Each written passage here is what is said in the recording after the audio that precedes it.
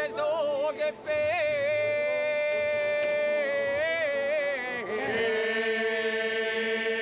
Una festa di popolo e di fede, anche quest'anno la tradizionale processione della Passione e Morte di Gesù a Porto Empedocle non ha deluso le attese. Un momento religioso particolare vissuto con intensità dagli empedoclini, ancora fortemente ancorati alle tradizioni pasquali. E anche i giovani si sono ritrovati ieri pomeriggio in massa per le vie della città.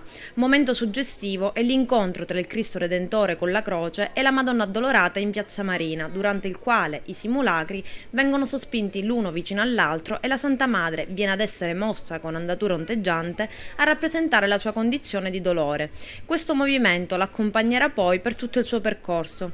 Ancora più sentita è forse la rappresentazione della crocifissione che avviene subito dopo alla presenza dell'intero clero empedoclino in Piazza Kennedy, adiacente alla chiesa madre della città.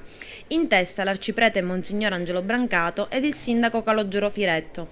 Uno spettacolo di compartecipazione di fede che vede la mobilitazione di tutte le congregazioni religiose e di una moltitudine di fedeli.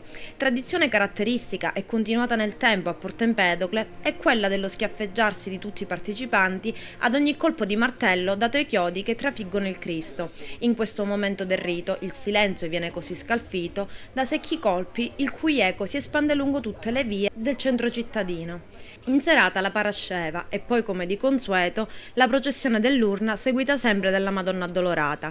I riti del Venerdì Santo empedoclino terminano con la deposizione dell'urna nella chiesa madre, sempre al cospetto della Madonna, che concluderà invece il suo percorso più tardi quando avrà raggiunto l'Auditorium San Gerlando.